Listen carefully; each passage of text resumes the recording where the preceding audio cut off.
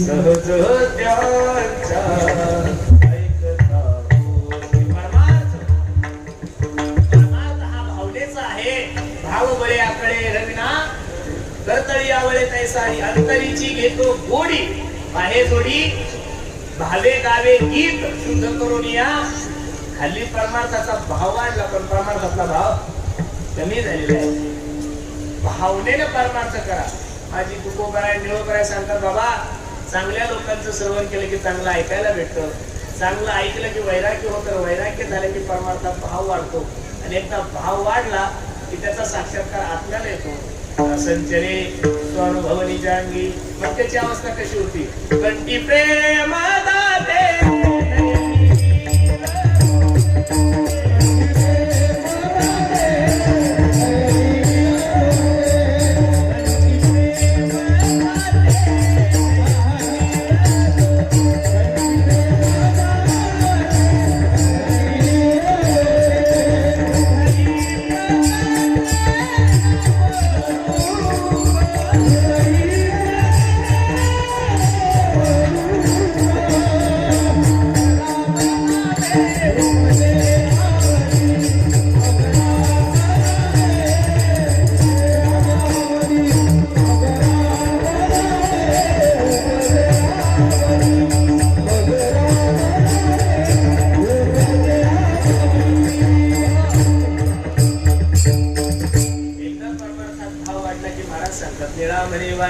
संचरे स्वानुभवनी जाणवी.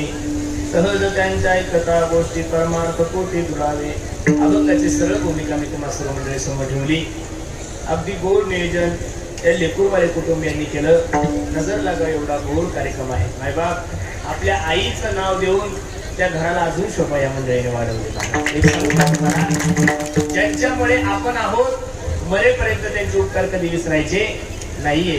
काही काही मूर्ख पोरं सांगतात की महाराज आम्ही 3 जण भाऊ आहोत आणि आई वडील माझ्यात राहतात. अरे वेड्या, आई वडील तुझ्यात राहतात हे तुझ्या मुखातून कधीच निघलं नाही पाहिजे. तू आई वडिलांमध्ये राहतो हे निघलं पाहिजे. तू आई बाबाला कोण सांभाळणार आहे?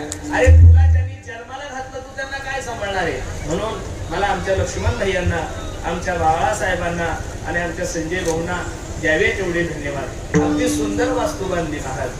असे आहात सगळ्या गोष्टी एकदम सुंदर आहे. घर पाहिल्यानंतर आंधळ सुद्धा वर्णन करून काय सुंदर घर बांधलंय आमच्या लक्ष्मण. बरोबर आहे का नाही? पण जेवढं सुंदर घर बांधलंय त्या सुंदर घराला सर्वात सुशोभीकरण जर असेल तर त्या घराची शोभा त्यांच्या आईच्या नावामुळे महाराज. बरोबर आहे का नाही? सुमन आई विला विला तिथं लोणावळ्याला वगैरे असतं महाराज. बरोबर आहे का नाही? सेम तसंच बांधलंय आमच्या लक्ष्मण दादांनी. अगदी सुंदर नियोजन आमच्या गोरखनाथ भाऊ दशरथराव लेकूरवारे त्यांच्या वडिलांच्या अध्यक्षतेखाली यांनी सुंदर असं एक काम केलंय. तिन्ही भावांना द्यावे तेवढे धन्यवाद आहे. नजर लावा एवढा सुंदर त्यांचं कुटुंब आहे. निश्चित ज्ञानोबराय तुकोबराय त्यांच्याकडून धर्माची, देशाची, वारकऱ्यांची सेवा अशीच करून घेऊ अशी ज्ञानोबराय तुकोबरायच्या चरणी मी प्रार्थना करतो. आणि एवढं सुंदर जी वास्तू बांधली ना, मी दररोज कीर्तनातून सांगतो. आनंद या जीवनाचा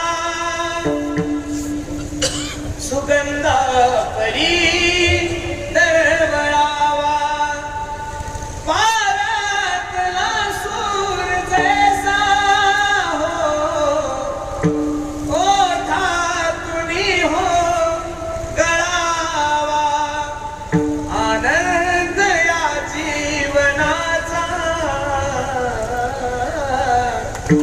सुगंध परी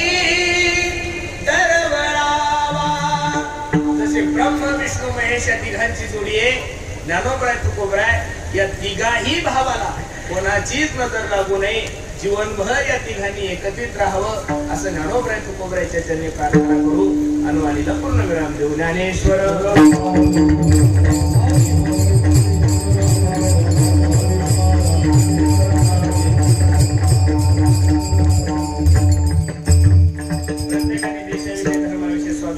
प्रत्येकाने आपल्या आई वडिलांची सेवा करावी नेहमी सांगतो. आई माझी मायेचा सागर दिला तिने जीवनाला. निर्माण झाली काय करावं कसं करावं. पण माझी सर्वांना विनंती आहे की बघा मी या जातीचा आहे, मी त्या जातीचा आहे, हे काढून टाका.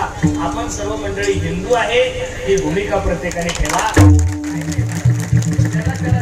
स्वार्थ साधायचा आहे. जे जातीवाद करतात त्यांना निवडणुकीला जायचं आहे. आपल्याला निवडणुकीला जायचं आपल्याला फक्त आणि फक्त आपली परंपरा जोपासायची. आतापर्यंत महाराष्ट्रामध्ये फक्त हिंदू मुस्लिम वाद होता. आता हिंदू वाद सुरू झाला. माझी सर्व इथं बसणाऱ्या सर्व मंडळीला माझी विनंती आहे, अरे बाबांनो, कोणत्याही गोष्टीचा वाद करू नका. आपण सगळे एका मायेचे लेकर आहोत. आपण सर्व एकत्रित आहोत. अरे गावामध्ये जर एखादी घटना घडली, एखादा मातंग समाजाचा व्यक्ती असू द्या, एखादा बौद्ध धर्माचा व्यक्ती असू द्या, त्याच्यावर जरी संकट आलं तरी सगळं गाव एखाद्या झाडासारखं त्याच्या पाठीमागे उभं राहतं. एवढे चांगले संस्कार जर आपल्याला आपल्या पूर्वजांनी दिलेले, तर मूर्ख लोकांच्या नादी लागून आपण गावागावामध्ये भानगडी करायच्या नाही. मूर्ख लोकांच्या नादी लागून आपण जातीवाद करायचा नाहीये. राजकारणी लोकांनी विकासाचे मुद्दे समाजासमोर आणले पाहिजे. महात्म्याचे क्रांतिकारांचे लोकांचे नाव घेऊन महाराष्ट्र ढवळू नाही रे. छत्रपतीचं कार्य काय आहे, भगवान बाबांचं कार्य काय आहे, डॉक्टर बाबासाहेब आंबेडकरांचं कार्य काय आहे, स्वातंत्र्यवीर सावरकरांचं कार्य काय आहे. तुमच्यासारख्या भ्रष्टाचारी नालायक लोकांनी आम्हाला शिकवायचं नाही. पहिलीपासून आम्हाला धडेच इतिहासाचे. त्याच्यामुळे तुम्ही विकास करा. बाकीच्या गोष्टीवर महाराष्ट्रात राजकारण करू नका. त्याच्यामुळे एवढा चुकीचं वातावरण झालंय महाराज. कठीण होतंय.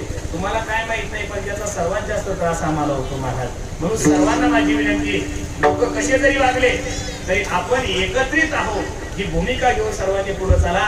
उद्याचे दिवस तुमच्या आणि माझ्यासाठी खूप आनंदाचे राहतील. तुमच्यावर केसेस झाल्यानंतर तुमच्या कोणत्याच जातीचा नेता तुम्हाला सोडवणार येणार नाही. कोर्टामध्ये तुम्हाला जावं लागतं आणि तुमच्या बापाला जावं लागतं. म्हणून तरुण पोरांना सुद्धा माझी विनंती आहे, चुकून सुद्धा कोणत्या दंग्यात जायचं नाही. चुकून सुद्धा कोणत्या मोर्चात जायचं नाहीये.